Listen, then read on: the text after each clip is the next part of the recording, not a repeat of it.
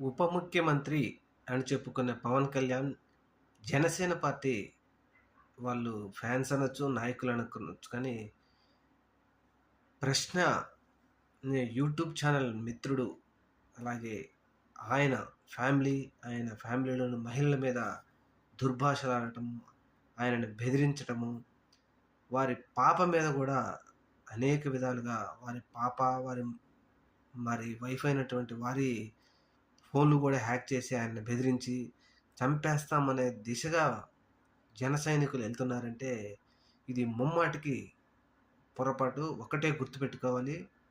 ఎక్కడైనా ప్రజాస్వామ్యంలో ప్రశ్నించే హక్కు అందరికుంటుంది. అది ప్రశ్న ఛానల్ మిత్రుడైనా సరే, నేనైనా సరే, ప్రజలైనా సరే అది గుర్తుపెట్టుకొని జనసేన పార్టీ జన సైనికులు మెలిగితే మంచిది.